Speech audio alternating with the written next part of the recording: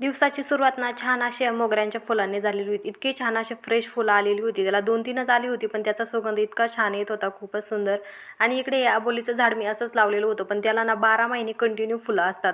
त्यामुळे एकदम छान वाटतं. आणि ह्या मोगऱ्याच्या झाडाला ना फक्त उन्हाळ्यातच फुलं येतात. काय माहिती याचं काय वैशिष्ट्य आहे, पण त्याला फक्त उन्हाळ्यातच यायचं. आज म्हटलं खूप वेळ आहे, चला आज ना फ्रीजची क्लिनिंग करून घ्यावं. खूप दिवसापासून चालू होतं की फ्रीजची क्लिनिंग करायची, पण काही कामाने वेळ भेटत नव्हता. म्हटलं चला आज वेळ आहे ना, तर करून घ्यावं. खूपच खराब झालेलं होतं फ्रीज.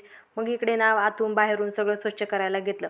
आणि आपल्याला जेव्हा कधी ना फ्रीज स्वच्छ करायचं असतं ना, जेव्हा आपल्या आठवड्याचा बाजार संपत येतो ना, तेव्हा क्लिनिंग करायला घ्यायची. म्हणजे काही जास्त आपल्याला पसारा वगैरे फ्रीजमधून काढायला नसतो आणि सगळं थोडं थोडं असतं. त्यामुळे ना पटकन आवरूनही होतं आणि लवकर स्वच्छ करून पण होतं.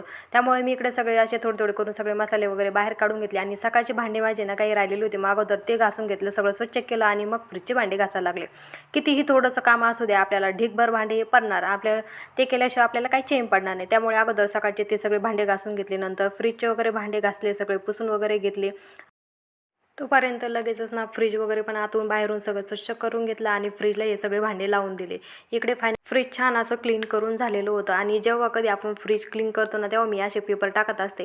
म्हणजे काही आपल्याकडून सांडलं ना, तरी लवकर काय फ्रीज क्लिनिंगला येत नाही. फक्त पेपर वगैरे बदलायचा. आपला व्हिडिओ आवडला असेल तर लाईक करा, शेअर करा आणि कमेंट करा.